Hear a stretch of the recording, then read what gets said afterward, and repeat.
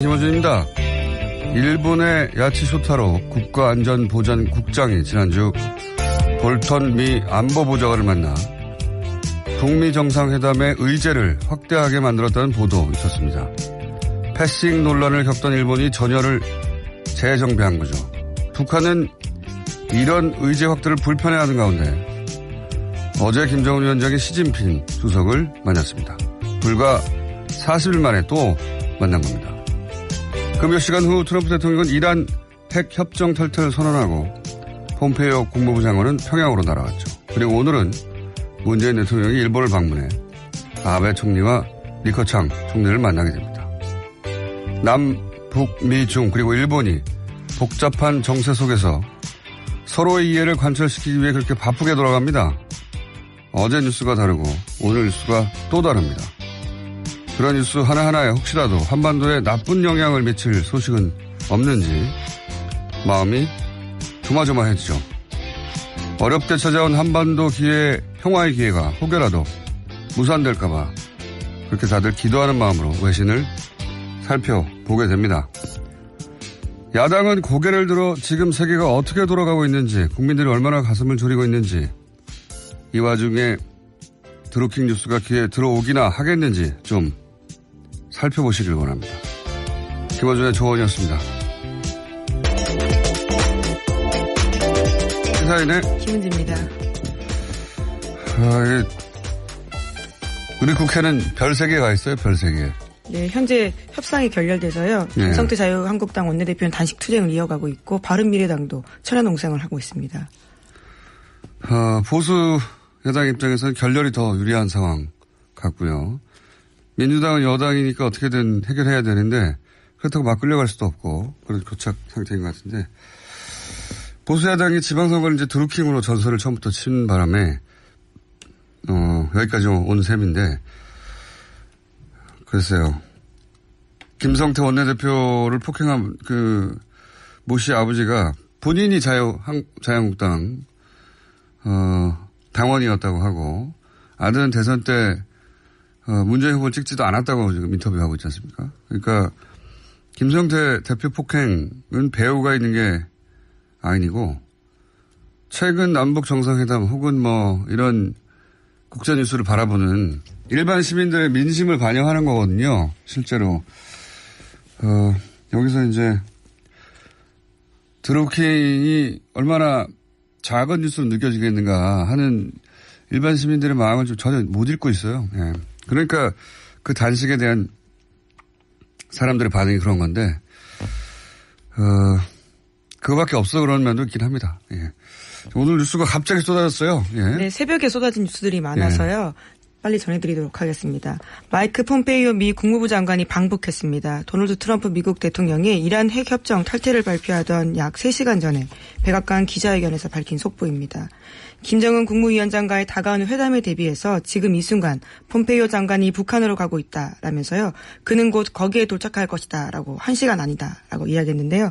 대통령 발언 시점을 계산해보면요. 폼페이오 장관이 이미 북한에 도착했을 것으로 보입니다. 트럼프 대통령은 또 계획들이 세워지고 있고 관계가 구축되고 있다면서 거래가 성사되고 중국, 한국, 일본의 도움으로 모두를 위해서 미래의 큰 번영과 평화가 성취되길 바란다라고 이야기했는데요. 북미 정상회담 장소 일시에 대해서도 입을 열었습니다. 우리 회담이 예정됐다라면서 장소가 선택됐다라고도 이야기했는데요. 시간과 날짜 모든 게 선택됐다면서 매우 큰 성공을 고대하고 있다라고도 이야기했습니다. 네, 이런 폼페이오 국무부 장관이 또 방북하고 김정은 위원장이 중국을 또 가고, 이런 뉴스들이 굉장히 불안하게 만드는 뉴스거든요. 이거 잘 돌아가고 있으면 그냥 만나면 되는데 또 왔다 갔다들 하니까. 근데 저는 기본적으로는 좋은 뉴스라고 봅니다. 왜 좋은 뉴스라고 생각하냐면 북한이 지금까지 알려지기로는 일본과 볼턴의 합작으로 보이는 그 의제 확대를 불편해한다는 건 이미 스스로 드러냈고 미국도 모를 리가 없단 말이죠. 그걸 미국이 신경 쓴다는 이야기고, 그리고 미국이 이제 이란 협정을 파기하는 게 북한에게 미칠 악영향. 네, 메시지가 있죠. 그걸 신경 쓴다는 얘기거든요. 예. 과거에 미국 같으면 북한이 뭐라고 하던 이렇게 국무부 장관이 직접 날아가고 하지 않았을 거예요. 신경 쓴다는 얘기이기 때문에 물론 뭐 어떤 갈등도 없는 건 아니지만 저는 좋은 뉴스라고 봅니다. 신경 쓰고 있고 해결하려고 하는 것이다. 악영향을 풀려고 하는 것이다. 네, 판을 깨고 나온다라고 보기 힘들고요. 네. 그 노력이 계속 있다라고 봐야 될 텐데요. 그래서 어제 제가 이제 핵협정 파기가 북미 정상회담에는 영향을 미치지 않을 것이다. 뭐 심정적 영향이 있겠지만 실제로는 북미 회담을 뭐 안 열리게 만든다든가 그런 영향은 없을 것이라고 저는 보는데 신경 쓰고 있다 하는 좋은 뉴스라고 봅니다. 폼페이오. 네, 볼턴은 관련해서 계속 메시지를 내고 있긴 한데요. 불충분한 합의는 수용할 수 없다라는 신호를 북한에 보내는 것이라면서 이란 핵협정 탈퇴 선언에 대해서 해석하고 있습니다. 근데 연합에서도 이제 트럼프 이란 핵협정 탈퇴가 북핵 압박 효과를 노린 것이다. 라는 식으로 보도를 했는데. 네, 주류적인 해석이긴 합니다. 예, 이건 그냥 미국, 그중에서 특히, 볼턴 같은 네오콘적인 사고방식을 그대로 그냥, 반영한 기사 제목이고, 북핵 압박 효과를 볼턴 머릿속에서는 노렸을 수 있지만, 실제로는 정반대 효과가 나는 거죠. 이건 왜냐면은, 이 볼턴, 네오콘, 여기는 우리나라로 치면 태극기 집회를 주도하는 그런 극우적인 사고방식을 가진 일단의 무리들, 미국 내. 사실 시효가 거의 다 됐는데, 트럼프 대통령이 볼턴을 그 자리에 데려오면서 다시 살아난 측면이 있긴 합니다. 근데 이거는 압박이 되는 게 아니고 북한을 주저하게 만드는 거죠. 아무리 약속을 해봤자 미국이 마음대로 일방적으로 협정을 폐기해버리면 어떡하냐. 정권이 바뀔 경우에 대한 리스크 부분인데요. 그러니까요. 그런 메시지 효과가 있는 거지 이게 어떻게 압박이 됩니까? 이건 압박이 되길 원하는 미국의 일부 강경파들의 일방적인 바람 정도라고 우리 뉴스는 해석해 줘야죠. 네. 네, 오늘 이란 핵협정 탈퇴에 대해서 트럼프 대통령이 공식 선언했는데요. 이와 관련해서 트럼프 대통령은 이런 이야기도 했습니다. 오늘의 조치는 미국이 더는 공허한 위협을 하지 않는다라는 중대한 메시지를 전달하는 것이라면서 나는 약속하면 지킨다라고 강조했다고 합니다. 뒷말을 하기 위해서 하는 거죠. 그리고 이게 앞에 근본적으로는 오바마 대통령이 한 업적이기 때문에. 네, 그렇죠. 2015년에 이루어진 업적인데요. 네. 근데 이란은 여기 대해서 그럼에도 불구하고 우리는 프로그램은 않겠다 협정에. 미국이 일방적으로 빠져나간 거지, 미국이 다시 들어오라는 메시지이기도 하고, 자기들은 납겠다고 했어요. 예. 네. 미국과 이란이 일방적으로 체결한 게 아니고요. 미국, 영국, 프랑스, 독일, 러시아, 중국 등 6개국이 이란 사이에 체결한 거기 때문에 여전히 남아 있습니다. 미국만 빠져나간 것이다. 그렇죠. 이런 얘기인 것이고요. 그런데 이 와중에 또 이스라엘은 또 시리아를 공습했어요. 예. 복잡하게 돌아가는 예전 같으면 저 멀리 있는 이스라엘이라고 우리가 관심 없을 텐데 이 이란 핵협정 파기에 이스라엘의 뜻이 담겨 있다 이런 얘기도 있지 않습니까? 근데 이제 이란 핵협정 파기가 나비 효과로 우리 북미 정상회담이나 한반도 평화에 영향을 미칠까 봐 국제뉴스가 눈에 더 들어오는 거죠? 네, 당장 트럼프 지지 선언에 대해서 이스라엘은 지지한다라고 이야기했거든요. 탈퇴 선언에 대해서 지지한다라고 이야기했거든요. 그러니까요. 예. 네. 이스라엘은 이 탈퇴에 맞춰서 시리아를 폭격했어요. 예. 이스라엘과 시리아는 원수지간이죠, 아주 오랫동안. 그 얘기는 나중에 다시 다루기로 하고요. 자, 우리가 다급하니까 우리 뉴스부터 합시다. 예, 어제 북한 고위급 인사가 중국 랴오닝성 다롄을 방문했다라고 소식 전해드린 바가 있는데요. 김정은 북한 국무위원장이었습니다. 김 위원장은 다롄에서 시진핑 국가주석을 만났는데요. 중국 CCTV와 신화통신이 전한 바에 따르면 7일부터 8일까지 전용기를 타고 방중한 김정은 위원장과 시 주석이 만나서 한반도 문제에 대해서 깊이 있게 의견을 교환했다라고 합니다. 어제 김정은 위원장이나 아니면 김여정 부부장이냐 네, 보다 그렇죠. 더 중요한 게 지금 북한과 중국의 관계 자체라고 제가 잠깐 말씀드렸는데 김정은 위원장으로 밝혀졌으니까 오늘 좀 더 부연 설명을 하자면 저는 이 2차 북중회담이 놀랍지가 않습니다. 예. 굉장히 놀랍다는 보도가 많은데 그리고 지금 북한과 미국의 관계 때문에 불편해진 관계 때문에 지금 김정은 위원장이 갑자기 날아가서 미국을 압박한 거 아니냐 이렇게 해설하기도 하더라고요. 당장 보여지는 모습이 그런 측면이 있긴 합니다. 근데 저는, 1차 북중 때는 김정은 위원장을 너무 몰랐고, 그래서, 그 김정은 위원장이 갔다는 사실 자체가 놀라운 뉴스였는데 이제 점점 김정은 위원장의 스타일을 이해하면서 2차 방중은 진작부터 준비된 것이다. 저는 그렇게 보는 것이 뭐 일각에서 이제 지금 그 볼턴이 그런 메시지 내고 의제 확대하고 하니까 신경질 나고 화나고 그래가지고 우리도 중국이 있다. 그러면 그렇게 행동한 거로 해석하는 그 분들 꽤 있더라고요. 저는 아니라고 보는 것이, 우선 김정은 시진핑 만남 연출을 보면 금방 된 게 아니에요, 이게. 예. 우리나라에서 있었던 도보다리처럼 그렇죠. 두 정상이 산책하는 장면을 멀리 찍고, 예. 그만큼 북중이 가깝다 이런 모습 연출한 건데, 이게 갑자기 연출될 수가 없어요. 예. 동선이나 장소나. 제가 보기에 그 2차 북중, 회담 자체는 우리가 왜 남북 정상회담 하고 나서 북미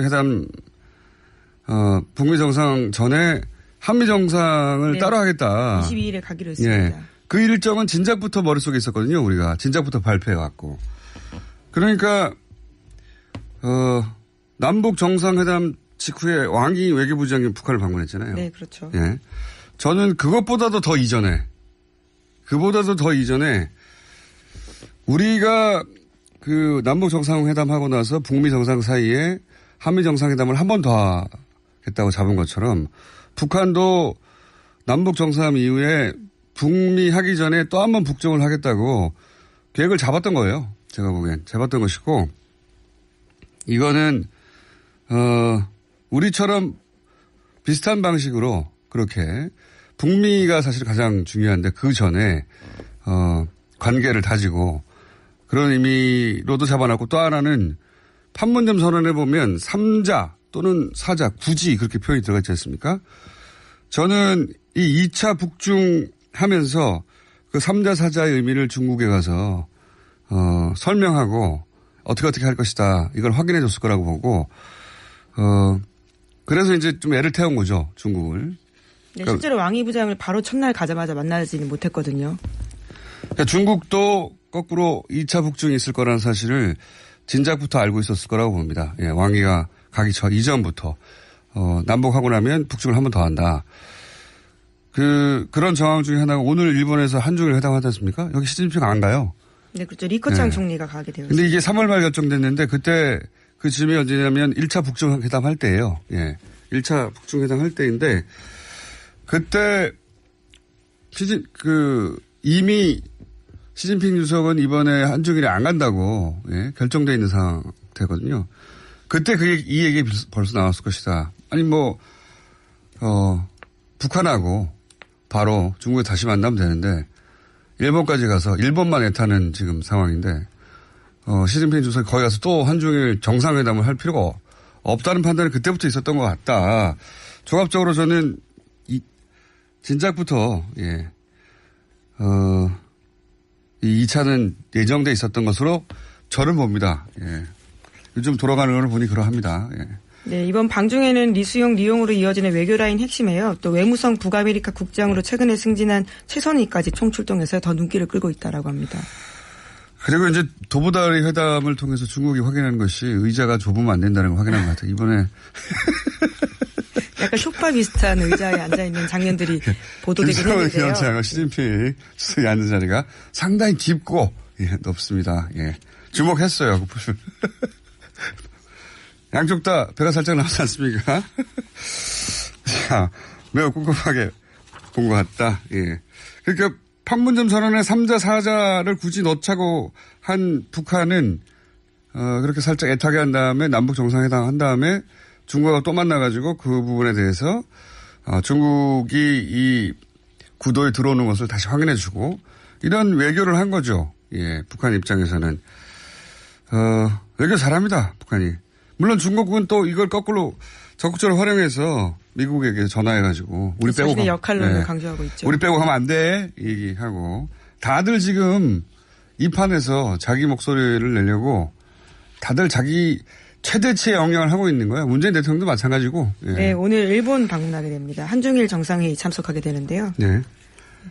거기 사실 중국은 올 필요 없거든요. 예. 그래서 중국은 식군등했는데 일본이 워낙 강력하게 요구해서 리커창 간 것이고 시진핑은 그때 이미 갈 필요 없다는 이 판에서 일본이 결정적이지 않으니까 그리고 북한이 2차 회담이 그 즈음엔 이미 그림 속에 공유되어 있었던 거라고 저는 봅니다.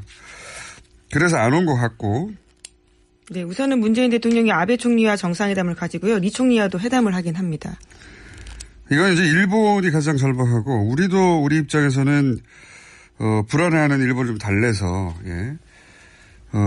이 판에서 이 동북아가 막 뒤흔들리는 판에서 역할을 주고 그 북일 관계 개선에 또 중재를 하고 또 판문점 선언에 대한 지지가 또 특별 성명으로 나올지 주목되는데요.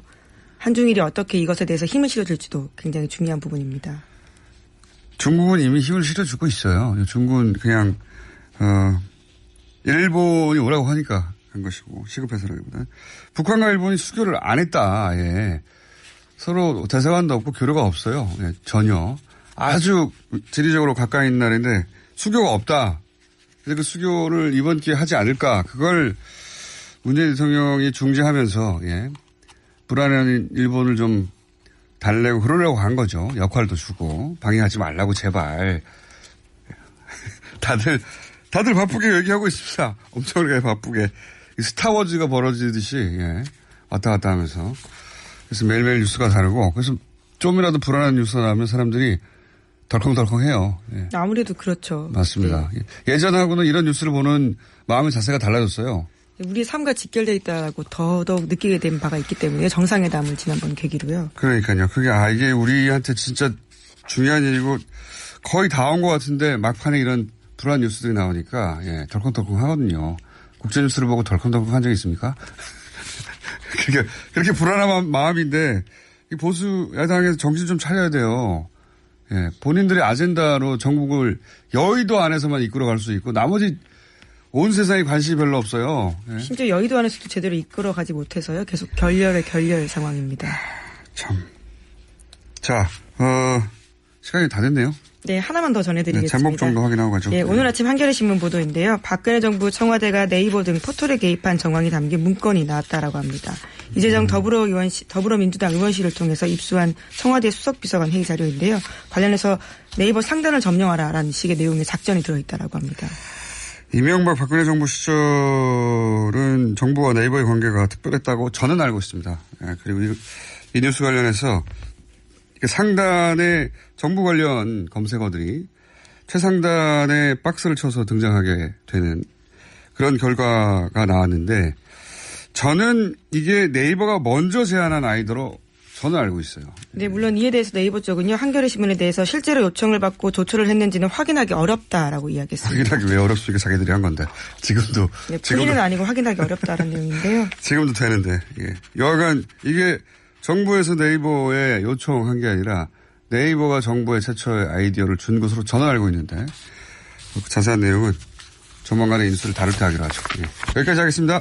네, 시사인 김은지였습니다. 감사합니다. 월간 부총리를 약속하신 분입니다. 네.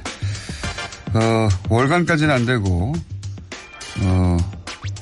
6주간에 한 번씩 정도 나오시는 것 같습니다. 네. 격월간에서 약간 간격이 좁아진 것 같습니다. 김동연 경제부총리 겸 기획재정부 장관이 나오셨습니다. 안녕하십니까. 네, 안녕하세요. 네, 장관님 팬입니다. 감사합니다. 샤라라 튼 거예요. 약간 절대 안 된다고 그랬는데도. 자, 오늘이 많은 분들이 하도 남북관계가 복잡하게 돌아가고 다급하고 그러다 보니까 오늘 문재인 정부 출범 1주년인 거를 대부분 모르고 게다가 문재인 대통령 본인도 오늘 비행기 타고 외국을 가버렸어요. 예. 좀 전에 성남 비행장에 떴다고. 예. 그래서 뭐 출범 1주년 얘기하는 게 큰 의미 있겠나 싶었는데 모 매체가 청와대 그리고 행정부 경제라인에서 일 제일 잘하는 사람 누구냐고 그랬더니 1위를 하셨습니다. 부총님이. 예. 어떻게 된 겁니까?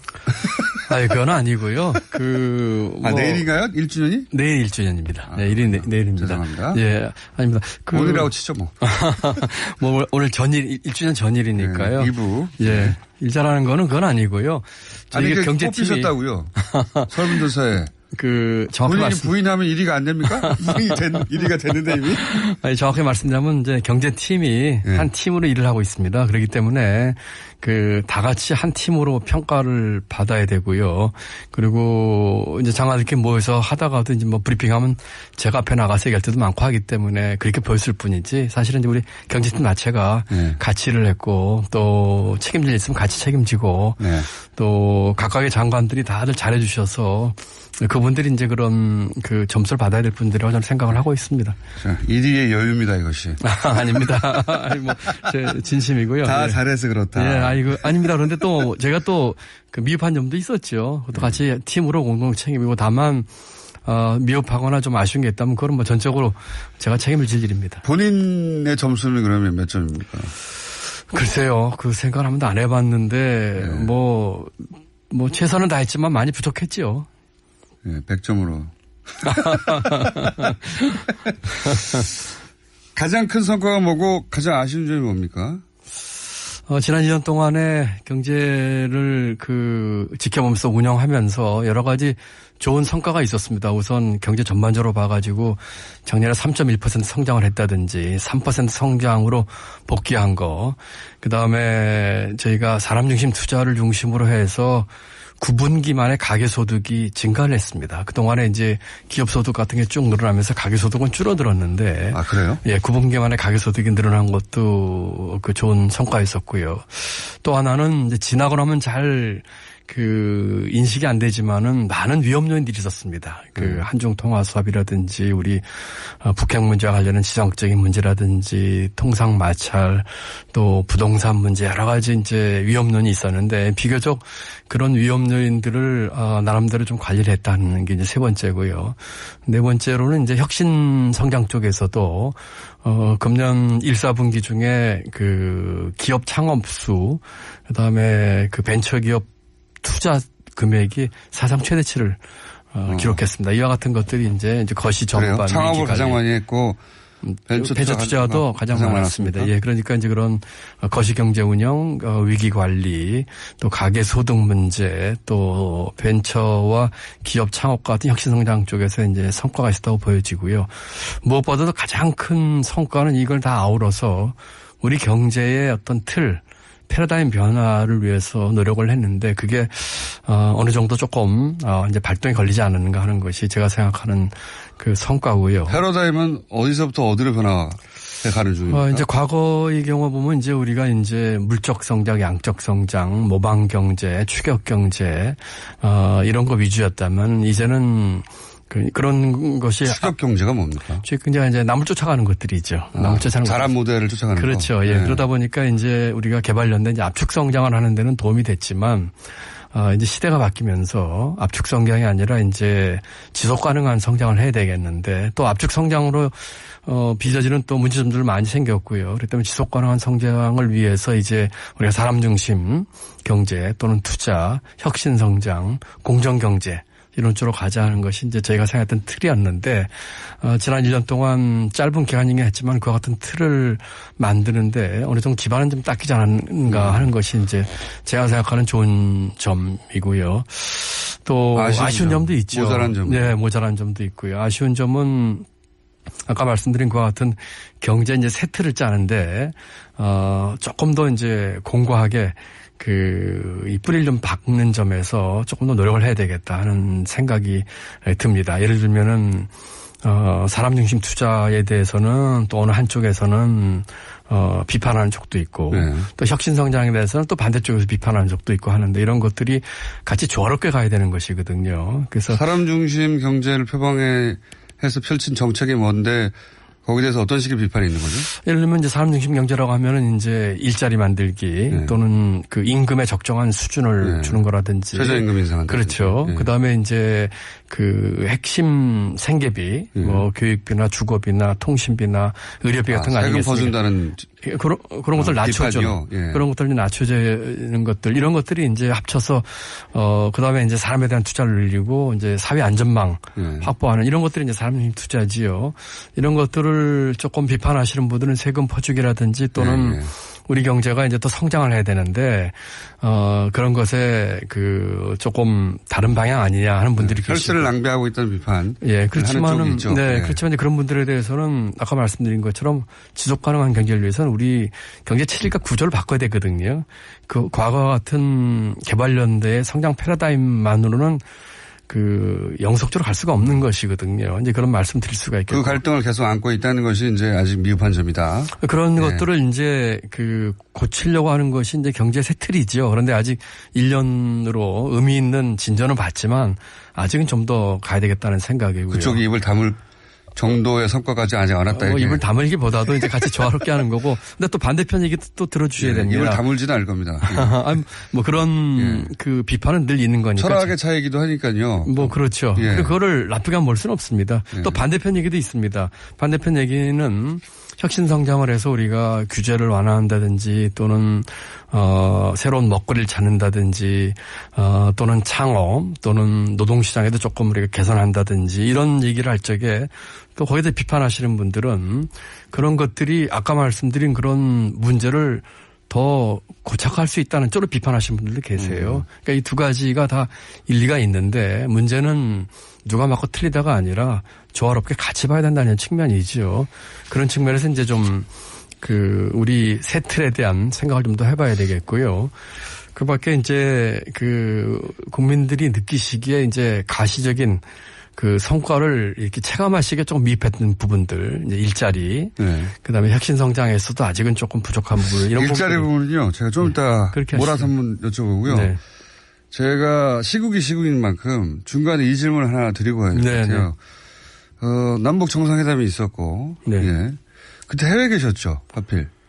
아닙니다. 남북 정상회담 할 땐 서울에 있었습니다. 아, 직후에 떠나셨던가요? 네, 직후에 떠났습니다. 아, 예. 보시고 떠났군요. 네. 그러니까 이제 그 전 국민 남북 정상회담을 실시간으로 계속 봤기 때문에 네. 굉장히 애절해졌어요. 네, 그렇죠. 여러 가지 면에서. 감동적이었고요. 예. 야, 이번에 뭔가 되긴 진짜 되나 보다 하는. 그래서 이제 최근에 쏟아지는 뭐 북한 뉴스, 중국 뉴스, 일본 뉴스, 미국 뉴스가 눈이 가지 않을 수가 없고. 그런데 그중에 이제 그 남북 경협 이야기가 나왔어요. 네, 중간에. 네. 경협 이거 부총님 영역 아닙니까? 경협. 네, 그렇습니다. 경 들어가면 부총님이 관여이 되는 거잖아요. 네. 그 김정은 위원장한테 USB 줬다고. 네. 그 내용은 아시죠, 대략? 그 내용은 이제 정상끼리 두 분이 하신 거기 때문에 제가. 부총님도 잘 몰라요? 제가 이렇게 언급을 하는 건 적당치 않을 것 같습니다. 아는데. 이제 보통 그렇습니다. 이제 대통령께서 이렇게 그과 관련된 일정이나 또는 집착하시는 거에 대해서는 언급하는 게 부적절하다니까 꼭 거는. 듣고 싶네요. 어쨌거나 이제 남북 정상회담을 통해서 네.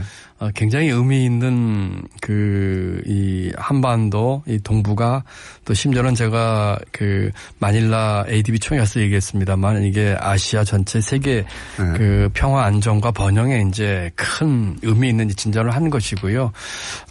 이번에. 내용은 모르십니까? 내용에 대해서는 제가 언급하는 것이 적절치 않고 경험 얘기를 하시니까요. 다만 이번 정상회담에서는 경제 문제보다는 이제 그 다른 문제가 다뤄질 것으로 했는데 이 판문점 선언에 경제 문제가 일부 포함이 된 것이 저로서는 대단히 기쁜 일이고요. 또 반가운 일이고요. 그래서 이 경제협력과 관련된 부분들이 남북 그 정상회담에 이어서는 나올 가능성이 많기 때문에 저희가 내부적으로는 여러 가지 준비를 하고 있습니다만. 준비하고 있습니까? 네, 하고 있습니다만은, 아직 이제 그 북미 정상회담도 있고 또 오늘 이제 대통령께서. 철도 연결하는데 얼마나 걸려요? 철도가 이제 그 여러 가지가 있습니다. 경의선이 있고 경원선이 있고 동해선이 있고 여러 가지가 있는데 그 사안에 따라 좀 다릅니다. 근데 우선 이 말씀부터 드리고 철도 말씀드릴게요. 경제협력 문제가 지금 온 국민이 관심 갖고 계시고 저희도 남은 대로 준비를 하고 있습니다만 북미 정상회담이라든지 앞으로 갈 길이 제법 있기 때문에 좀 차분하고 이렇게 좀 질서 있게 준비를 해야 되겠다는 것이 저희 생각입니다. 제가 말씀드린 차분하고 질서 있게라는 말에 조금 유념을 좀 했으면 좋겠다는 말씀을 드리고요. 그걸 어떻게 제가 알아들을 수 있습니까? 이런 풀어 얘기 설명해 주세요. 이런 얘기죠. 뭐 이게 마음이 급한데 차분해지기 힘들어요. 그러니까 바로 지금 마음 급하게 너무 먹지 말라는 뜻입니다. 아니, 저희는 마음 급하게 먹을 테니까 거기서 네. 차분하게 하십시오. 예, 저희가 차분하게 의미는 뭡니까?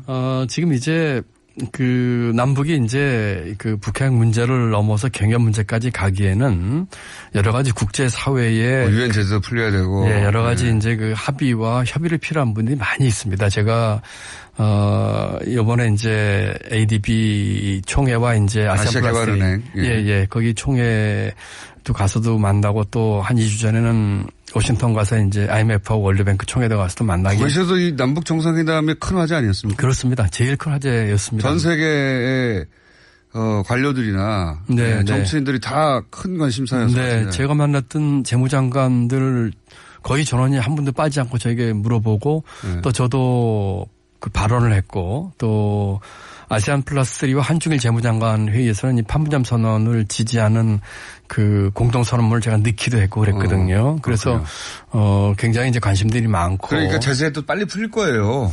그거를 이제 그것 때문에 제가 이제 차분하게 좀 봐달라 이런 말씀이니까 네. 우리 뜻대로만은 안 된다. 그렇습니다. 뭐 우리가 생각하고 또 바라는 바도 있고 준비도 잘 하겠습니다만은 그런 구체적인 상황과 그 여러 나라와의 협의, 국제기업 협의 이런 것 좀 봐주시길 바라고요. 조금 긴 호흡으로 봐줍시다. 대신에 저희들이 준비를 잘 하겠습니다. 철도 말씀을 하셨으니까요. 잠깐만요. 부총리님. 네. 그렇게 긴 호흡이 필요한 줄 알았는데 지금 돌아가는 거 보니까요. 단칼에 막 결정돼요. 그다음에 그 국제사회도 오랫동안 이걸 지켜봤기 때문에 뭘 빨리 하자 그러면 빨리 해줄 것 같아요. 그러니까 지금 준비를 많이 해 두셔야 됩니다. 네, 준비 많이 하고 있고요. 그다음에 다급하게 준비해 주세요. 다급하게. 다급하게 꼼꼼하게. 네, 저희 내부적으로는 아주 꼼꼼하게 준비를 하겠고요. 네. 예를 들면 이제 국제 기구 분들하고도 제가 이런 얘기를 했습니다. 월드뱅크, IMF, 어떤 그 ADB, 그 다음에 필리핀 가서는 또 EBRD라고 이제 유럽부흥개발은행 총재도 전화 통화를 해서 전화로도 이제 이 북한 얘기를 했습니다. 예를 들면은 EBRD 총재 같은 분은 그 유럽 쪽을 담당하시는 분이니까요. 제가 뭐 알 리가 없죠. 그러니까 이제 ADB는 아시아개발이니까 아시아 아니겠습니까? 그러니까 유럽 쪽을 하시니까 그 체제 전환국들 과거에 이제 소련에서 러시아 되고 하면서 체제 전환 날이 많지 않습니까? 거기에 대한 국가들을 빠져나올 그렇죠, 때. 그렇죠. 예. 그런 국가들에 대한 지원과 경험이 많기 때문에 자기들이 그 북한이 만약에 이제 개방 내지는 개혁을 하게 된다면은 그런 노하우를 가지고 같이 참여하고 도와줄 여유가 있습니다 하는 걸 먼저 저한테 전화하실 정도니까. 그러니까 지금 이 전 세계 제재나 혹은 뭐 개발 펀드 받아오고 하는 게 저는 순식간에 될 수도 있다고 봅니다. 그렇지 않습니다. 개발, 예. 트럼프 대통령이 도장만 찍으면. 아닙니다. 그런 건 아니고 예를 들면은 그 개발 펀드 같은 경우도 국제기구에서 주는 경우가 이제 두 가지 경우가 있을 수가 있는데 이제 메인으로 주는 펀드는 거기 회원국으로 가입을 해야 됩니다. 그러면은 그런 국제기구 가입을 하기 위해서는 지금 말씀드린 모든 국제기구가 전부 다 선행 조건이 IMF에 가입을 해야 되는데 IMF 가입에 그동안은 일본이 반대해서 못 들어갔죠. 아닙니다. 그렇지 아닙니까? 않습니다. 예, 그렇지 않습니다. 북한이 가입 못하는 이유가 뭐죠? IMF 같은 경우는 가입을 하는데 한 3년 정도 시간이 걸립니다. 왜냐하면 IMF에서 그 가입을 신청한 나라의 경제 상황, 통계 이런 걸 좀 분석을 해야 됩니다. 그렇기 때문에 이번엔 3개월만 될 수도 있고 특별한 케이스잖아요. 다만 이제 트럼프 대통령 상 받아야 되거든요, 빨리. 다만 이제 미국이 막 압력을 가할 거예요. 다만 이제 국제기구에서 그 가입하기 전에 비혼국에도 그 예를 들면은 이제 TA라고 해서 이제 기술적 지원이죠. 테크니컬 어시스턴스 같은 식으로 그 나라 경제를 좀 분석해주고 하는 것들은 월드뱅크 같은 경우에는 그 비회원국에 준 사례가 일부 있습니다. 이제 그런 것들이 할 수 있는 그런 가능성이 이런 걸 좀 봐야 되겠지만 기본적으로 그 저희가 준비는 꼼꼼히 할 테니까 조금 차분하게 저희는 차분해질 수 없고요. 예, 좀 봐주시기 바랍니다. 차분하게 하되 네네. 생각보다 빨리 돌아갈 수 있다고 생각해 주세요. 그런 시나리오를 패스트 트랙으로 돌아갈 수도 있습니다. 예, 그런 시나리오까지 저희 다 감안해서 준비를 하고 때 이렇게 이해해 주시면 될 것 같습니다. 네. 궁금합니다. 네. 철도 얘기는 이제 잊어버리셨네요. 철도 어떻습니까? 예. 아니 뭐 개별적인 그런 경험 얘기를 하는 거는 철도 하자면 얘기해 주세요. 저도 뭐 성급하고 철도는 아까 말씀드린 것처럼 경의선, 경원선, 동해선이 있는데 그중에 어떤 것들은 아주 짧은 구간만 연결하면 되는 것도 있고 이미 연결이 돼 있는데 다만 북한 쪽 그 노선이 좀 노후화된 것이 있어서 좀 그런 부분도 있고 또 어떤 노선은 우리 쪽에서 조금 연결이 덜 된 부분이 있습니다. 물론 어디서부터 어디까지 우리 남쪽에 예를 들면은 이제 그게 동해선 같은 경우인데요. 제진에서 북한에 어디까지 연결됐지만 우리 이제 밑으로 좀 연결 안 되는 부분 이제 경우에 따라 조금 다른데 그동안 해왔던 전에 했던 경험이 있고 만약에 이런 것들이 구체적으로 할 수 있는 여건이 된다면 우리 국토부 중심으로 해서 또 경제부 전체가 다 철도뿐만 아니라 다른 것들도 이렇게 지금 책상에 올려놓고 쭉 검토를 하고 있습니다. 3, 4년 이내에도 개통돼서 우리가 기차 타고 블라디보스톡이나 모스크바나 유럽으로 갈 수 있습니까? 뭐 제가 날짜 기간까지를 정확히 말씀드리기는 어렵지만 네. 여러 가지 다급하게 하면요. 아까 말씀드린 이제 그런 국제적인 마음이 급해요. 너무 급하게 먹으면 밥도 체하는 법이니까요. 네. 그 여러 가지 아까 이 철도뿐만 아니라 먹으면 되죠. 다른 것들을 포함해서 여러 가지 이제 국제 상황도 좀 보시고 네. 조금 차분히 지켜보도록 해주시기 바라고 정부로서는 하여튼 여러 가지 시나리오별로 준비를 잘하겠다는 말씀을 드립니다. 냉면은 서울서도 드실 수 있으니까. 아니 옥류 냉면. 예, 뭐 서울서도 정상회담 하시는 날 뭐 줄 서서 드셨다고 하는데. 그러니까 옥류 냉면을 저희가 북한에서 받아 먹는데. 예. 필요한 혹은 지금 현재 안 되고 그걸 불가능하게 만든 현행법이나 네. 여러 가지가 있을 거 아닙니까? 결제 수단이라든가. 예. 이런 거 좀 연구 좀 해주세요. 예, 지금 뭐 여러 가지 제도 이런 것도 연구를 하고 있고요. 또 냉면을 중심으로 해주십시오. 먼저. 냉면을 중심으로. 이렇게 드시는 데 관심 많으시군요. 왜냐하면은 북한의 냉면을 내가 원할 때 24시간 이내에 먹을 수 있다는 건 북한하고 일상 일부를 공유하는 거거든요. 뭐 거대한 거 말고 그런 거부터라도 되면 벌써 우리 뭐 달라지지 않습니까? 지금 우리나라에도 뭐 그 냉면의 그 레시피를 알고 있는 그 북한에서 싫어요. 주민이나 북한 옥류관을 먹고 많이 싶어요. 계시니까 우선 여기서 많이 드시죠. 뭐. 네. 예. 차분하게 좀 봐주시기 바랍니다. 예, 잘 준비하겠습니다. 예. 어떻게 옥류관 냉면을 예를 들어서 나만의 1호점 체인점을 열게 해줄 것인가. 네. 혹은 택배가 가능할 것인가. 24시간 네. 온라인 배달이 가능할 결제 수단을 그럼 어떻게 해야 되냐. 그게 가능해지면 그 프랜차이즈 1호점 내시려고 하는군요. 거기 가려고요. 첫 손님으로. 잘 알겠습니다. 네. 네. 그게 잘 준비하겠습니다. 손에 확 잡히는 거거든요. 맞습니다. 예. 네. 잘 준비하겠습니다. 아니 그거 좀 빨리 해달라고요. 어쨌든 뭐 국민들이 관심 많으신데 네. 차분하게 좀 지켜봐 주십시오. 저희들이 준비 잘하겠다. 이 말씀 다시 한번 드립니다. 네. 차분하게. 빨리빨리, 예. 네. 빨리빨리 하고 싶어요. 자, 이제 일자리로 다시 돌아와서요. 예. 시간이 북한 얘기하다가 10분 써먹었네요. 네. 모자라면 저기 10분 더 드리겠습니다. 예. 3부에. 이제 추경하고 일자리하고 묶여가지고 지금 국회에 꽁꽁 묶여있는 상태인데 우선 일자리가 생각만큼 처음부터 일자리 말씀하셨는데. 그렇습니다. 일자리가 생각만큼 잘 안 되잖아요? 네. 어떻습니까?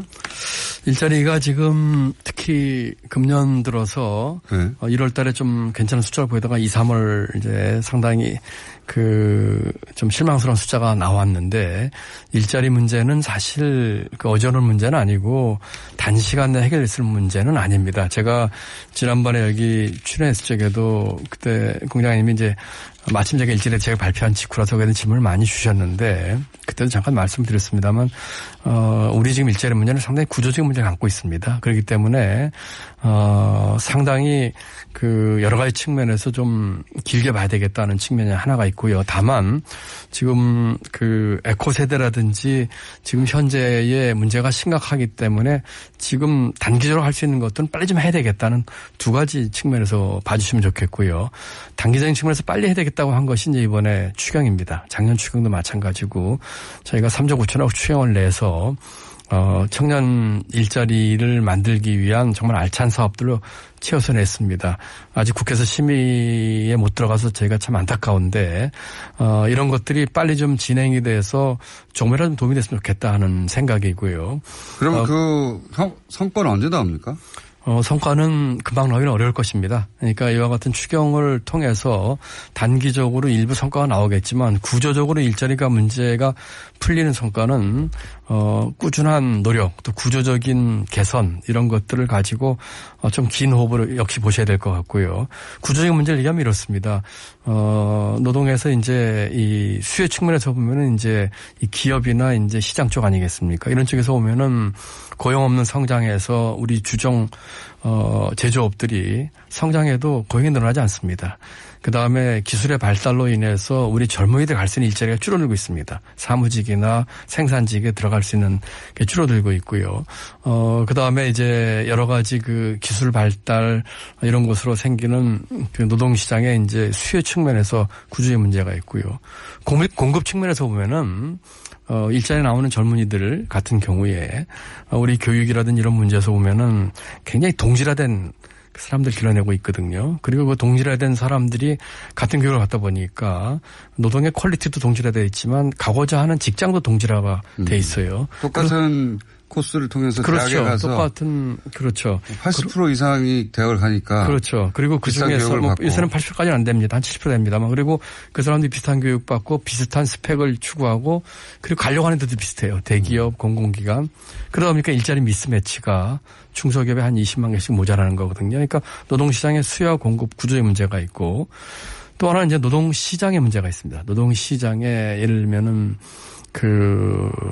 좀 조심스러운 부분입니다만은 신규로 들어오는 젊은이들 입장에서 봤을 때는 정규직의 과보로 인해서 들어갈 수 있는 놈이 적다든지 이런 부분들이 있거든요. 그 다음에 여러 가지 그 노동시장의 그 안정성도 부족하지만 신축성 면에서 부족한 측면이 있기 때문에 이런 구조적 문제를 해결하기 위해서는 우선 아까 말씀드린 수요 측면에서는 그 산업구조 개편이라든지 그다음에 우리 미래 먹거리 이런 것들에 대한 게 필요한 것이고 또 공급 측면에서 보면은 그 교육개혁 또 이와 같은 분들이 많이 다양하게 갈 수 있는 창업의 기회란 이런 것들이 열려지는 거야 되는 거고 노동시장도 저희들이 지금 그 노동시장의 안정성이 떨어지기 때문에 안정성을 어느 정도 올려서 그 뭐라고 할까요? 잡 시큐리티랄까요? 그러니까 노동시장 안정성을 높이는 동시에 노동시장의 신축성도 어느 정도 단계에서는 같이 올릴 수 있는 이런 것들이 구조적으로 이루어져야 되는데 이런 것들은 단시간 내에 1년, 2년에 되는 문제가 아니지요. 그렇기 때문에 이런 것들은 제가 이제 그렇게 비유를 했습니다. 불은 가까이서 났는데 물은 멀리 있어요.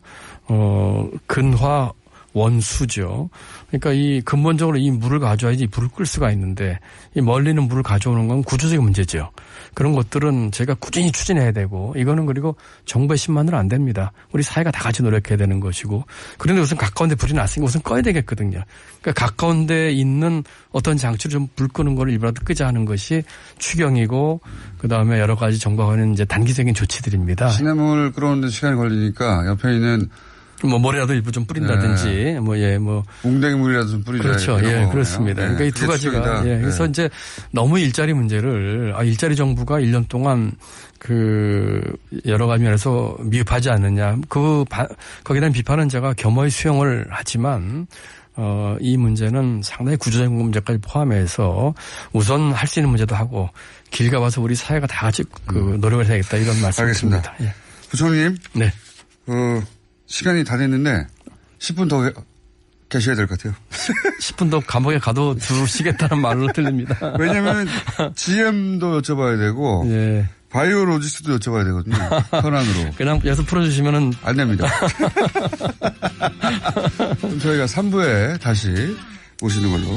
김동연 경제부총리 함께하고 있습니다. 3부에서 뵙겠습니다. 자, 김동연 경제부총리 겸 기획재정부 장관. 아직도 체포 상태로 지금 구금되어 있습니다. 앞으로 10분 정도 더 구금이 이어질 것 같습니다. GM 사태, 석 달 전에는 아주 큰 뉴스였는데, 워낙 많은 사건들이 벌어지다 보니까. 네. 그리고 협상도 복잡하고 어려워서 좀 잊혀져 있다가. 네. 지금 가닥이 잡혀가고 있죠.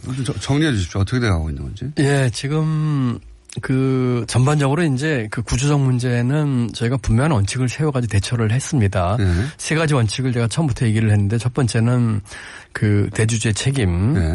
두 번째는 대주주나 채권단이나 노조를 포함한 이해 관계자의 고통 분담. 네. 세 번째는 지속 가능한 독자적인 생존 가능성. 네. 이 세 가지 원칙 하에서 구조조정을 하겠다 해서 그동안에 중견 조선사 네. 처리했고 그다음에 금호타이어했고 이제 GM이 됐습니다. GM도 똑같은 원칙 하에서 저희가 처리를 하고 있고 또 주채권은행인 채권은행이 아니라 이제 2대 주주입니다. 2대 주주인 산업은행을 통해서 이제 하고 있어서 그 원칙의 틀에서 우리 정부는 흔들림 없이 추진해왔다 이렇게 말씀드릴 수가 있고요.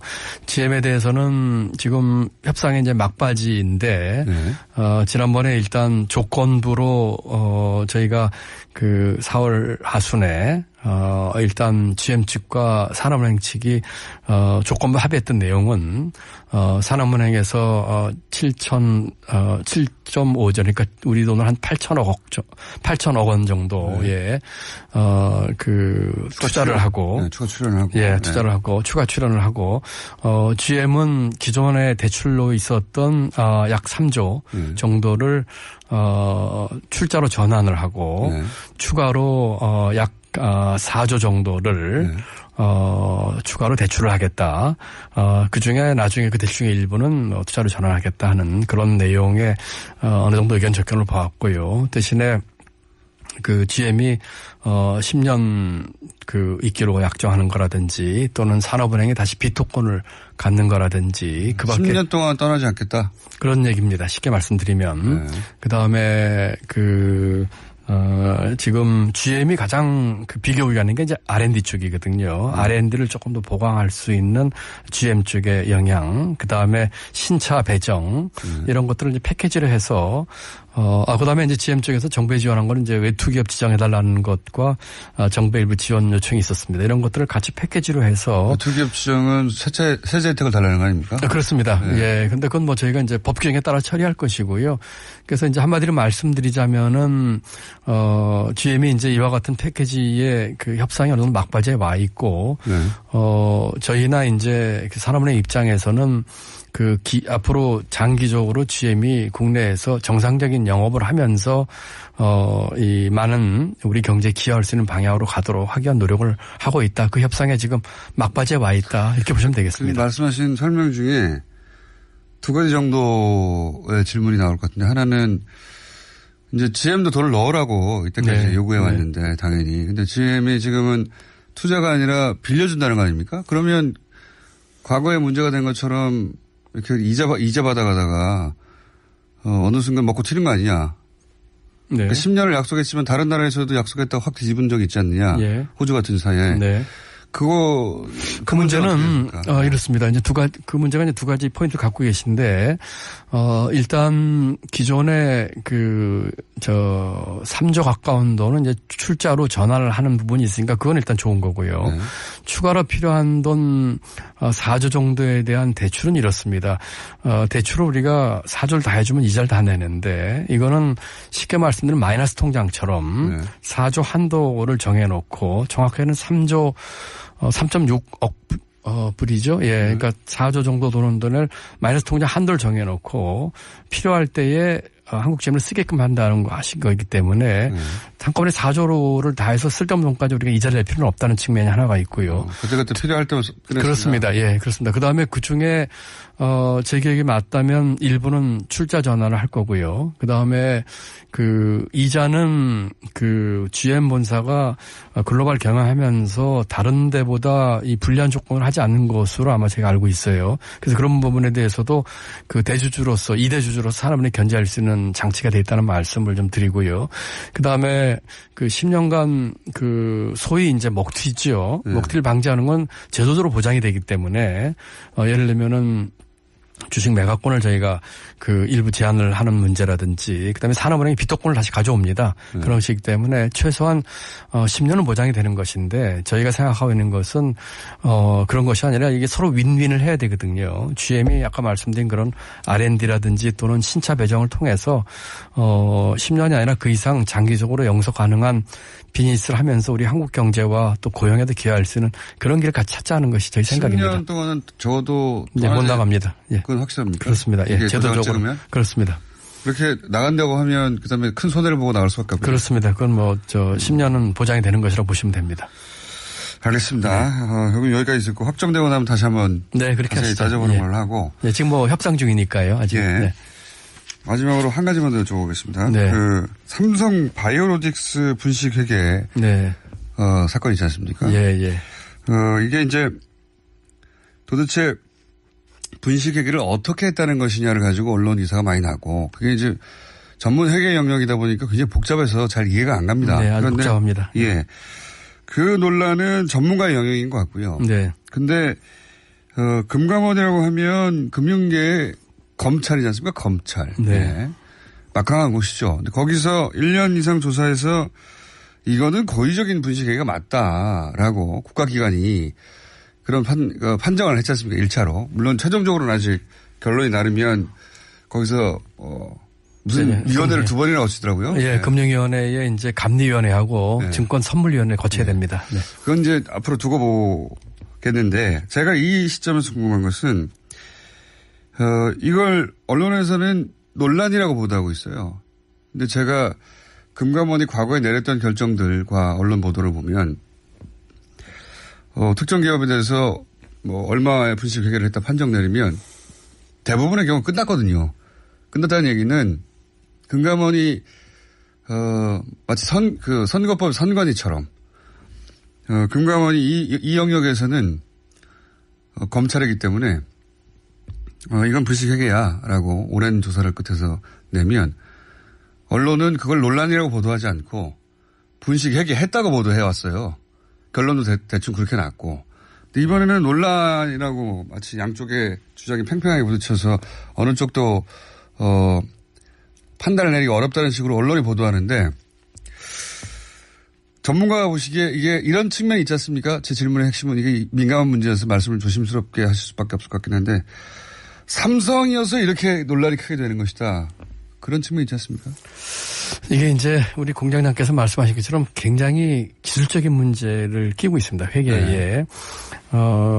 지금 삼성 바이오로직스에 이제 자회사가 있고 자회사의 관계에서 이제 너무 복잡한 말씀 드리지 않기로 하고요. 나온 문제인데, 지금.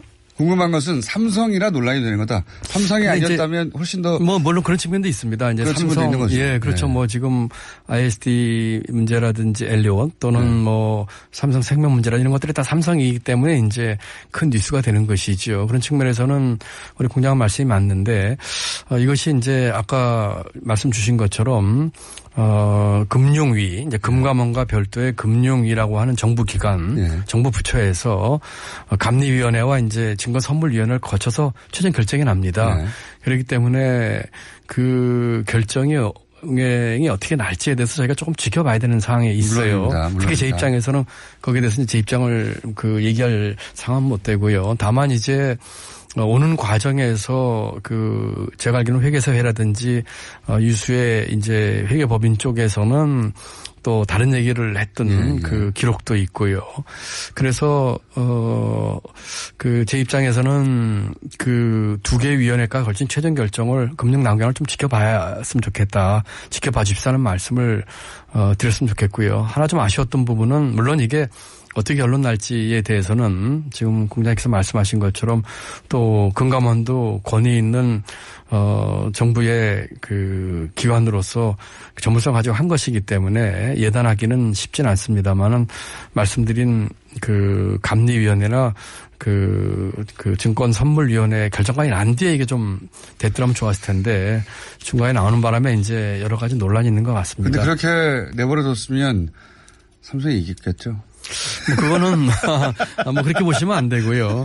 그러시면 안 되고 우리 금융위원회나 금감원에서 공정하고 그 전문적으로 보는 것이죠. 다만 최종 결정이 나는 과정에서 잘 과정 관리를 해서 어쨌든 간에 제가 보기에는 결론이 어떻게 나든 그 일주일 정도밖에 안 됐지만 그 시장에 혼란이 야기된 건 사실이거든요. 그렇기 때문에 조금 더 이 조화롭게 하면서 과정 관리를 잘해서 절차를 잘 마친 다음에 이것이 됐으면 좋았겠다는 생각은 드는데 두 가지 다 측면이 있다. 하나는 금감원의 이런 내용이 결정 내용이 언론에 알려져서 시장의 혼란을 초래한 측면도 있고 하지만 또 한편으로는 금감원이 이런 정도의 결정을 냈는데 굉장히 용감한 결정이라고 저는 보는데 그동안 금감원의 삼성에 대한 삼성이 가진 어떤 위상 때문에 근데 이제 삼성이어서 이렇게 크게 논란이 되는 측면도 있다. 그죠? 그러니까 이제 삼성이어서 이런 큰 논란이 됐다고 하는 포인트가 저하고 우리 공장은 좀 다른 것 같습니다. 저는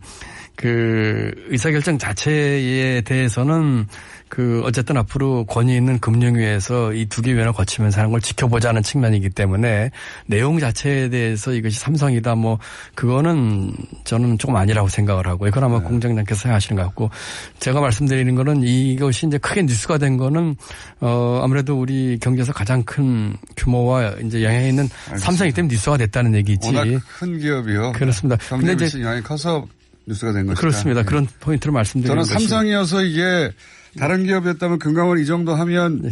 사실상 분식회계로 시장이 받아들일 텐데. 그러니까 이제 거기서 이제 저하고 이제 차이가 있는 부분인데. 네, 알겠습니다. 이제 우리 공장님은 의사결정 자체에 대한 말씀을 하시는 거고 저는 의사결정은 앞으로 권위 있는 정부기관인 금융위에서 하는 감리위원회나 또 증선위 결정을 나올 때까지는 저희가 좀 지켜봐야 되겠다 하는 거기 때문에 거기서는 제가 코멘트할 입장은 못 되고 다만 이런 것들이 그 시장의 혼란으로 야기되는 부분도 일부 있어서 조금 우리가 과정 관리를 조금 더 이런 측면이 있지 않습니까? 근데 워낙 삼성이 경제에 미치는 영향이 크기 때문에 이런 식으로 빨리 언론을 통해 알려지지 않았다면 사회적 압력이 만들어지지 않아서 삼성이 결국 또 이때까지 항상 승리해왔던 승리하는 결론으로 바로 가지 않았을까.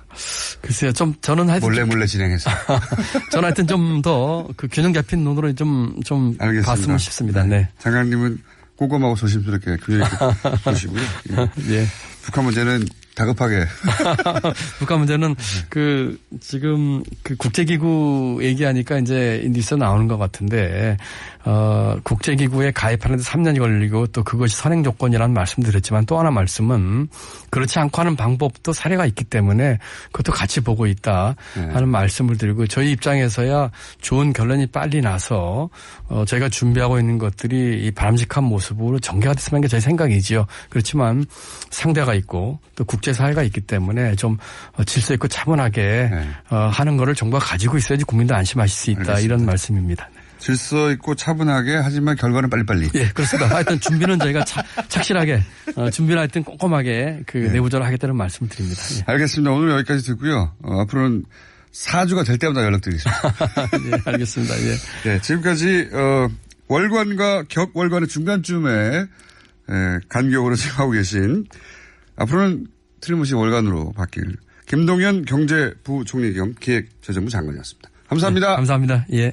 네.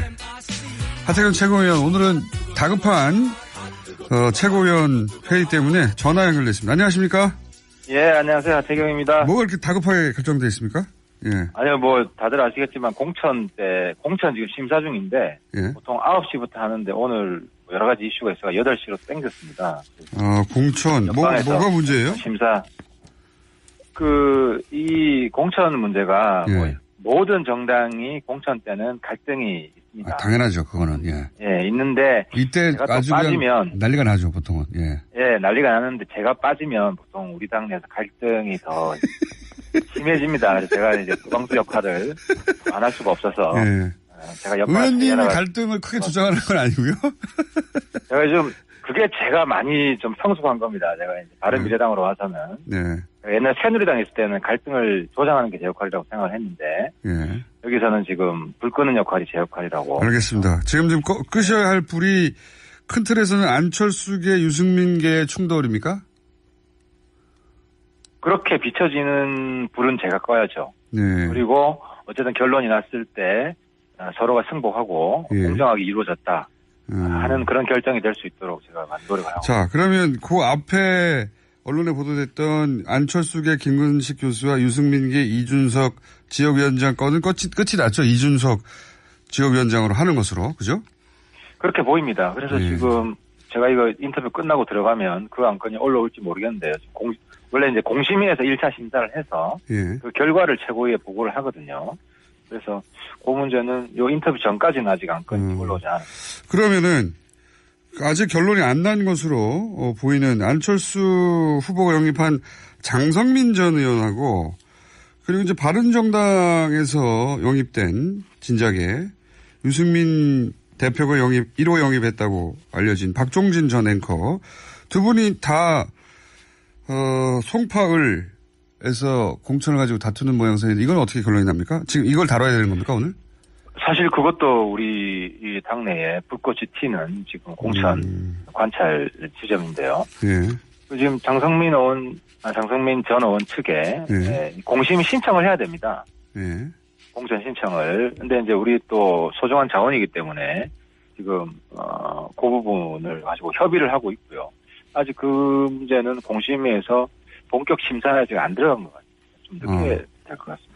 그러면 그 외에는 이렇게 언론에 크게 알려진 사안 말고도 또 공천 가지고 갈등이 있기 때문에 지금 의원님이 긴급 투입된 건가요? 다른 게 뭐가 있죠? 룰 갈등이 있습니다. 그러니까 룰 갈등은 경선 지역. 경선 지역은 뭐 방금 말한 지역 말고 몇 군데가 뭐 구청장 같은 데도 있을 수 있지 않습니까? 아, 그렇죠. 이제 그런 지역에 경선 룰을 어떻게 할 것인가 가지고도 왜냐하면 자기한테 유리한 후보 입장에서 이거는 그 정당 출신 정당하고 조금 이제 거리가 있는 이야기입니다. 이제 후보 개인에 따라서 당원을 포함하는 게 유리한 분들이 있고 또 당원을 포함하지 않는 게 일반 여론조사를 하는 게 유리한 분들이 있기 때문에 그 부분에 대해서 원칙적으로는 후보 간 서로 하면은 이제 문제가 깔끔하게 해결되잖아요. 이게 합의가 잘 안 됩니다. 안 되죠. 그 문제를 가지고도 우리 내부에서 계속 지금 이야기를 하고 있습니다. 이런 거는 뭐 바른미래당만의 문제가 아니라 다른 모든 정당도 사실 모든 정당이 다 가지고 있는 모습이죠. 근데 지금은 유승민, 안철수 양대 계파라고 해야 될까요? 양대 축이 있기 때문에 어느 한쪽으로 확 쏠리지 않고 그래서 더더욱 어렵겠군요. 이게 조정하기가. 그렇습니다. 근데 지금 뭐 큰 건 없고 노원 문제가 어느 정도 해결이 됐기 때문에요. 노원. 뭐 더 큰 문제는 없을 거라. 이 말 나온 김에 여기까지만 하고 다른 얘기 넘어갈게요. 근데 지금 바른미래당의 지지율 혹은 안철수 후보의 지지율, 안철수 후보가 지금 바른미래당의 지방선거 그 후보군들 중에는 가장 중요한 역할과 상징성을 가지고 있는데 잘 안 뜹니다.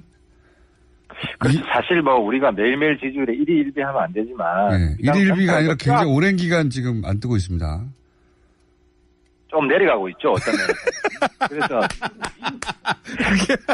자폭을 하시면 어떡합니까? 아니 뭐 현실을 직시를 해야 되고 우리 당이 뼈아프게 생각을 해야 됩니다. 이유는 어떻게 분석하십니까? 저는 뭐 제 반성 중심으로 생각하면 좀 더 화끈하게 핫하게 했어야 한다. 어떻게 해요? 우리 당 뭐 이제 제 자신도 좀 더 목소리를 강하게 높이고 이슈에 따라서 그리고 당 내에서도 뭐 유승민 대표 지금 박주선 대표잖아요. 두 분 대표한테 좀 더 쓴소리를 많이 하고 그래서 저는 당 내에서 제가 쓴소리를 더 많이 해야겠다. 이런 생각을 하고 있습니다. 이런 이유도 있지 않습니까? 사실 남북 정상회담이 미친 지금 어떤 국민적 영향은 대단하거든요. 그 사람들의 인식에 어마어마한 영향을 미쳤는데 근데 이제 자유한국당은 뭐 말할 것도 없고 바른미래당에서도 메시지가 그렇게 남북 정상회담을 썩 반기지 않는 하태경 최고위원을 제외하고는 반가워하는 메시지가 그 부분은 제가 사실 유승민 대표랑 뭐 형 동생 하는 사이인데 저희 둘 사이의 역할 분담을 이렇게 합니다. 저는 돌파합니다. 치고 나갑니다. 세게 치고 나가고 리스크가 있지 않습니까? 이게 제가 정치하는 방식이 다른 사람들이 볼 때는 굉장히 하이 리스크 하이 리턴 방식입니다.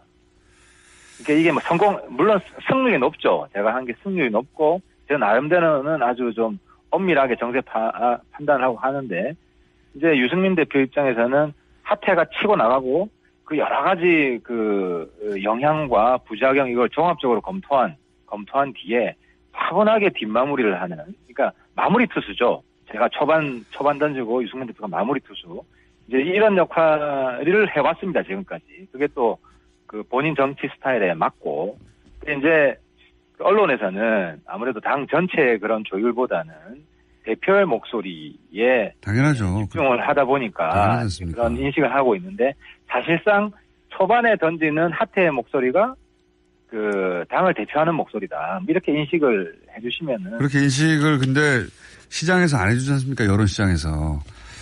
그러니까 이게 그래서 제가 뭐 유승민 대표한테도 좀 더 쓴소리를 하고 과감하게 던져라 하는데 예를 들어서 최근에 보면 또 북미 회담이 약간 질퍽거리는 면이 있지 않습니까? 예. 걱정을 이제 그렇죠. 좀 그리고 북한 입장에서도 미국한테 또 다시 비난을 하기 시작하고 또 갑자기 중국하고 이런 부분이 있기 때문에 이게 우여곡절이 있는 거거든요. 깔끔하게 그냥 그 북미 간에도 딱 정리되고 이런 게 아니기 때문에 앞으로도 계속 유승민 그러겠죠. 대표의 그런 스탠스도 완전히 잘못됐다고 보기가 좀 어렵습니다. 근데 그게 오히려 그러니까 유승민 대표가 걱정 안 해도 이미 불안 요소가 내재돼 있는 어마어마한 협상이고 지금 그 유례없는 최대 태풍이 불고 있는데 유승민 대표가 그냥 우산으로 그걸 막아보겠다고 하는 것처럼 보여가지고 그게 그건 아니고 그러니까 그 부분에 대해서는 정확하게 이제 구분해야 되는데 홍준표 대표처럼 전쟁 장사하고 뭐 안보 장사, 빨갱이 장사 이런 건 저희 당은 전혀 안 하죠. 대신에 이 부분에 대해서 못 보고 지나가는 부분 그리고 좀 더 신중해야 되는 부분에 있어서 유승민 대표가 좀 보수적인 입장을 견제하는 거는 맞습니다. 맞기 때문에 또 우리도 그렇잖아요. 너무 판문점에서 회담한다고 너무 축포를 쏘았다가 지금 판문점에서 할 가능성이 좀 떨어지니까 조금 이제 또 정부가 너무 앞서 나가는 거 아니냐, 들뜨는 거 아니냐 이런 비판의 목소리가 생길 수 있지 않습니까?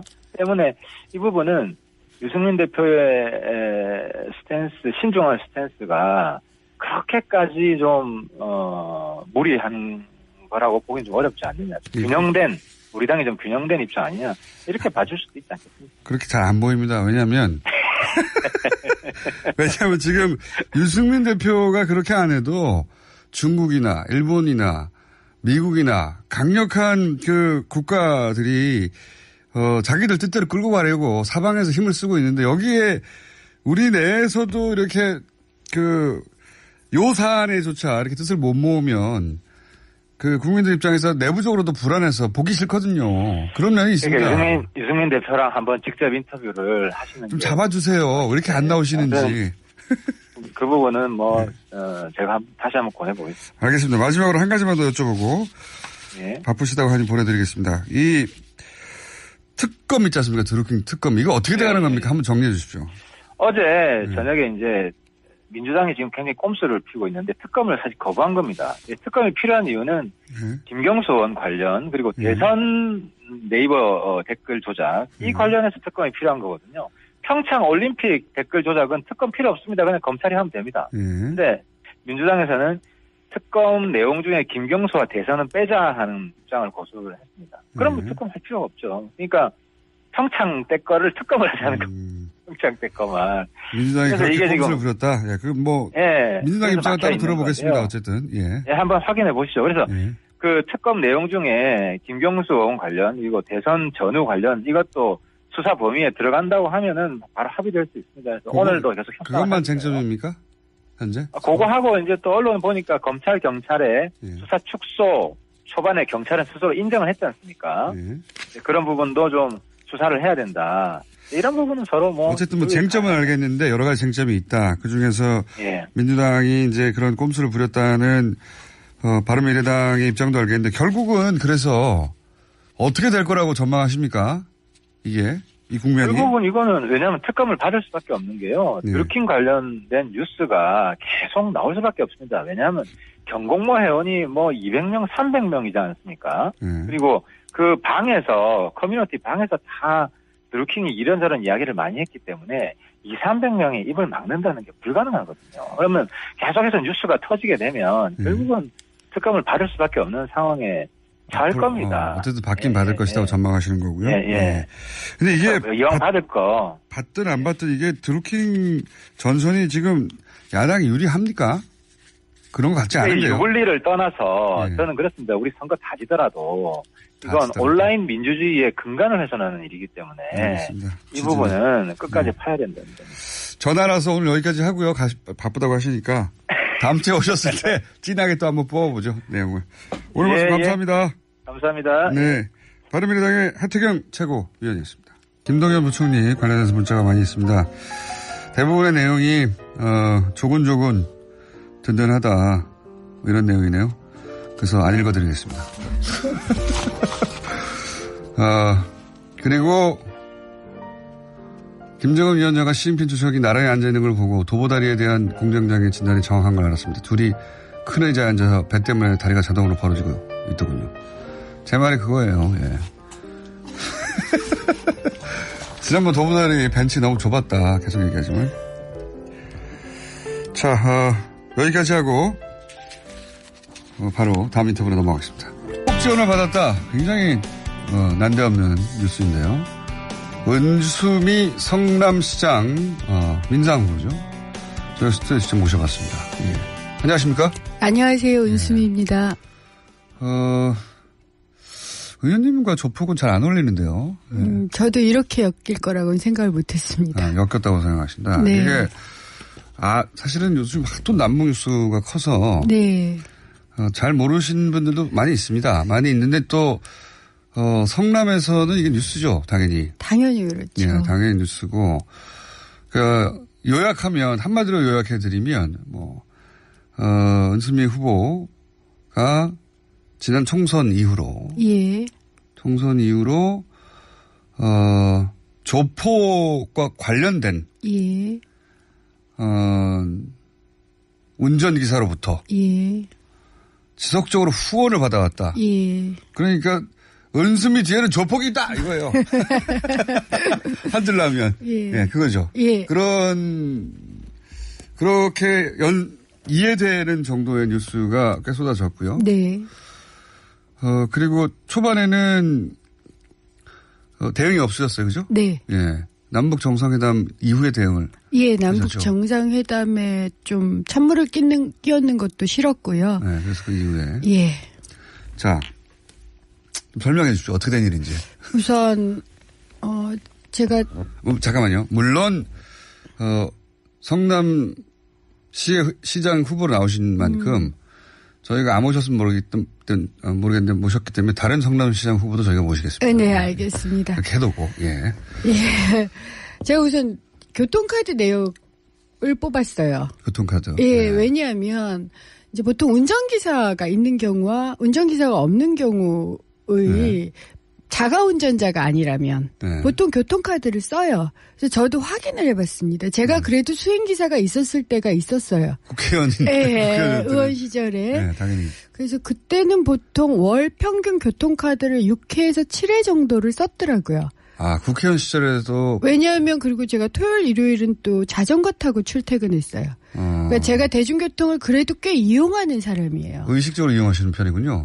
좋아해요. 걸어다니면서 사람 만나는 거. 버스를 좋아합니까? 택시를 좋아합니까? 저는 버스를 좋아하는 편인데 그럴 만한 시간이 별로 없죠. 버스가 막히는 경우가 많아서 그래서 주로 지하철을 타는데 그래서 의원 시절에도 월 평균 6, 7회 정도는 썼어요. 국회의원이 지하철에 버스 안 타는데.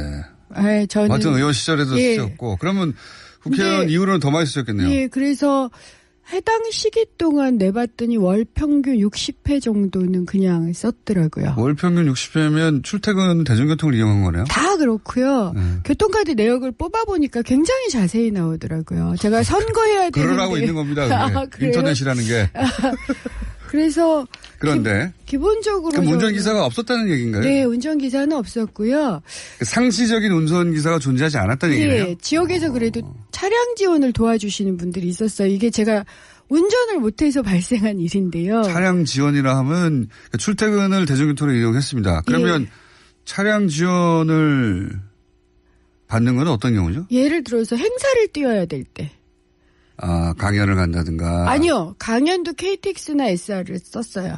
그러면 제가 행사를 뛴다 하면 지역에서는요. 네. 행사 뛰어야 될 일들이 되게 많아요. 인사를 다녀야 되잖아요. 아, 그렇죠. 그러니까 그렇죠. 어떨 때는 30분이나 1시간 단위로 오늘은 관광버스 나가시는 분들한테 뭐 가서 인사를 하고 한 30분이나 1시간 후에 주민센터 노래교실에 가서 노래도 한 곡 불러드려야 될 때가 있고 네. 이럴 때는 대중교통으로 연계가 안 돼요. 아, 그렇죠. 그런 경우 주로 저희 이제 지역분들 중에 시의원님이 제 사무국장님이셨어요. 그 다음에 조직국장님은 또 설비업을 하시는 자영업 분이셨는데 이분도 도와주셨고, 그 다음에 산후조리원을 하시는 대외협력국장님도 도와주시고. 요지는 일상적인 출퇴근은 대중교통을 이용했고, 네. 상시적인 운전기사는 없었고, 예. 그리고 그렇게 예외적으로 행사가 있을 때는 그런 구간을 도와주는 운전기사 역할을 일시적으로 해주시는 분 여러 분 있었다. 예. 그 중에 한 분이다. 예, 편승을 하는 거였죠. 그런데 이제 이 최 씨께 제가 되게 고마워했던 건 예를 들어서 심야에 이 성남 중원이 좀 외진 곳이에요. 그래서 오히려 차가 많이 다니는 신촌이나 강화문에서는 밤늦게라도 택시가 와요. 하여튼 이해했습니다. 그런데, 정황은 이해했어요. 예. 근데 그러면 운전기사분이 이렇게 운전기사라고 하면 안 되겠군요. 그러니까 때때로 운전을 자원봉사해 주신 이 분이 총 몇 회나 도움을 주신 겁니까? 몇 회까지는 제가 뭐 헤아려 보지는 못했지만 대략 한 전체 일정 한 10% 정도? 10% 정도. 네, 전체. 그러니까 그렇게 대중교통으로 커버되지 않는 지역. 혹은 늦은 시간이라든가 혹은 뭐 구간이 대중교통이 없다든가 그럴 경우에 다른 분들도 도와주셨지만 이분이 한 10% 정도는 도와주신 것이다. 말씀이 왔다면 자원봉사자라고 하는 게 맞긴 맞는 것 같네요. 근데 왜 이분은 본인을 스스로 나는 은수미의 운전기사다라고 선언하신 거죠? 운전기사는 아닌 것 같은데요? 말씀이 맞다면. 예, 그래서 제가, 작전 세력이 있다. 그리고 작전이요? 예, 은수미를 저격하려는 오래된 계획이 있었다라는 제보. 기자님들이 이런 얘기를 해주세요. 전모를 알려주마 이런 얘기를 해주신 분도 계세요. 전모가 있어요? 예. 들으신 바가 있습니까? 그러니까 이제 내용을 보면 방송에 다 공개하실 수는 없더라도 뭐 좀 일부 대략적으로는 말씀을 드릴게요. 대략 큰 틀은 뭡니까? 큰 틀은 그러니까 3월 그러니까 그냥 순서대로 사건이 일어난 순서가 몇 번씩 신빙성 있어요. 있는 얘기예요? 네. 일단 제가 지금 제가 고소고발당하는 건 아니니까 말씀해 보십시오. 물론 이것은 제가 제보를 받은 내용입니다.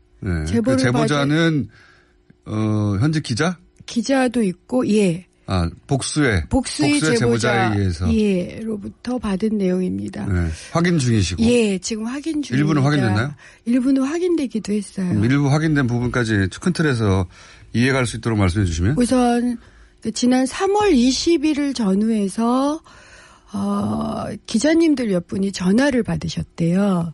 전화를? 그래서 은수미가 이건 그때는 더 그림이 컸어요. 돈을 받았다라는 거예요. 차량 지원은 일도 아니고 돈을 받았다예요. 얼마를요? 은수미 관련자이죠. 2억을 받은 걸로 돼 있어요. 2억을? 그 돈 어디로 갔습니까?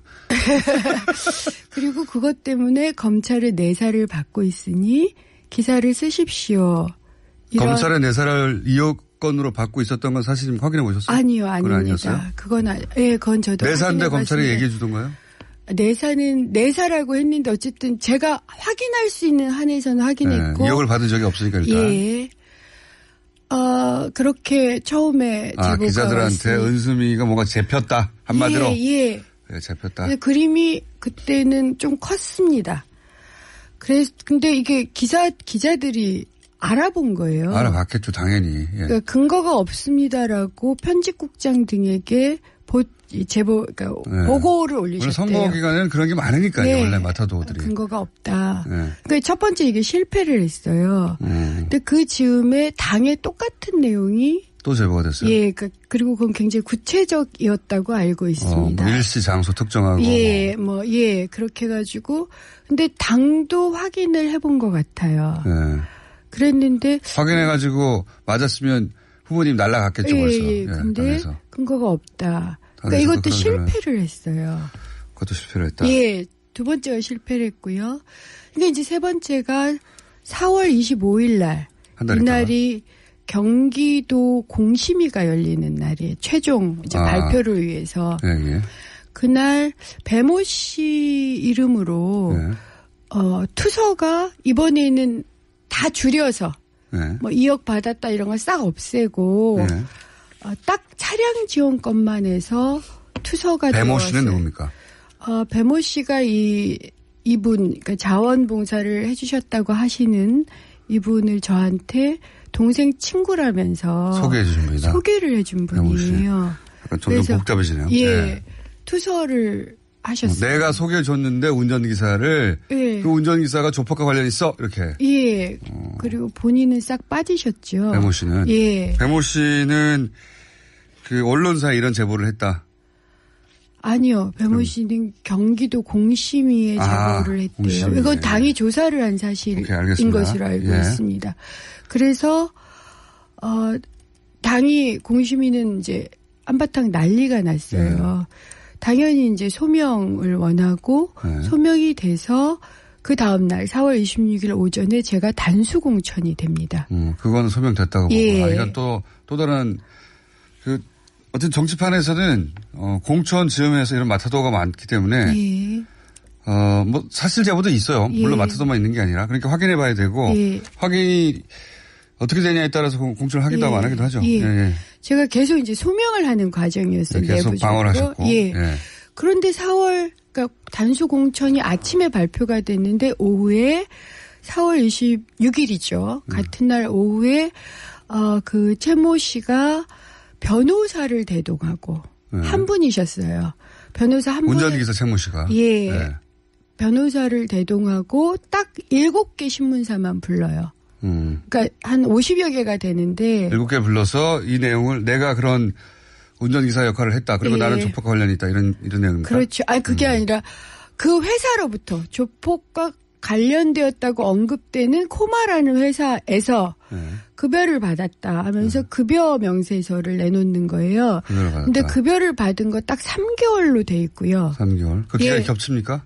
그 기간 중에 3개월은 겹치죠. 3개월은 겹친다. 겹치고 그다음에 어쨌든 한 6개월 정도는 뭔가 돈을 받았다라고 알겠습니다. 얘기를 했대요. 큰 틀은 알겠는데 이제 지금 말씀은 이제 이 배모 씨란 분과 운전을 하셨던 분 이분들이 자원봉사라고 여기고 있었는데 어느 날 갑자기 조폭이 뒤에 있다라고 하는 프레임으로 공격이 들어왔고 근데 그걸 여러 제보와 결합해 보니 누군가 은수미 후보에 대한 마타도를 하고 있는 것이다. 정치적인. 의도가 뭡니까? 의도가? 의도가 있어야 되잖아요. 저는 그냥 비유를 좀 해보자면 달리기 경주가 있어요. 근데 한 선수가 굉장히 압도적이에요. 지금 압도적으로 유리한 여론 지역이 있습니까? 현재까지는 그렇습니다. 압도적이에요. 그러면 그러니까 그 사람이 금메달 딸 것 같아요. 그럼 내가 금메달 따려면 어떻게 할까요? 경쟁자로부터 나온 것이다. 그럴 가능성이 있다는 거죠. 가능성이 농후해 보인다라는 주장이신 거죠? 지금까지 제보를 보아서는. 농후해 보이는지는 모르겠고요. 가능성이 있어 보인다. 가능성이 있어 보인다. 이거를 대충 이제 주장은 알겠습니다. 네, 이거를 단 한 번도 눈치채신 적이 없어요? 이런 프레임이 있다거나 아니면 이분들이 수상하다거나 저 사람 나중에 나한테 뭔가를 뭐 그동안에 관계가 있었으니까 그런 낌새를 채거나 아니면 뒤를 캐보거나 이런 거 안 해보셨어요? 4월 10일 날 처음 알았어요. 4월 10일 날? 예. 그것도 지역 언론 기자가 말씀해 주셔서 알았습니다. 이런 주장을 하고 있다는 거죠? 상상도 못했습니다. 당사자가 직접 와서 이런 운전기사 최모 씨라든가 또는 배모 씨 이분들. 배모 씨는 저하고 친분이 있어요. 직접 와서 얘기하지 않았어요? 이 전혀. 그러니까 배모 씨는 계속 저한테 카톡이나 메시지를 남겨두긴 하셨어요. 지금 이런 일이 벌어지고 나서는 무슨 얘기가 없습니까? 그러니까 3월 초까지는 카톡이나 메시지를 저한테 보내셨고요. 그 이후로는 없다. 그 이후로는 없어요. 이분들의 동기, 이분들은 무슨 동기가 있을까요? 누군가가 그 말씀하신 누군가가 경쟁자가 동기가 있다 손치더라도 이분들은 무슨 동기가 있겠습니까? 배모 씨는 지금 페북에서 탈퇴를 하고 연락이 안 됩니까? 연락이 안 되는 걸로 알고 있어요. 그럼 그쪽 얘기도 좀 들어봐야 되겠네요. 네. 하여튼 요약하자면 억울해 죽겠다죠? 아니요. 억울해 죽겠다라기보다는요. 네. 처음에는 좀 놀랐고요. 네. 그리고 이게 너무 집중적으로 이제 TV조선 같은 데서 기사를 네네. 다루니까. 시간이 다 돼갑니다. 예. 그래서 억울해 죽겠다보다 저를 믿어주신 분들이 너무 감사해요. 여기까지 하겠습니다. 윤수미 민주당 성남시장 후보였습니다. 감사합니다. 예, 감사합니다. 안녕.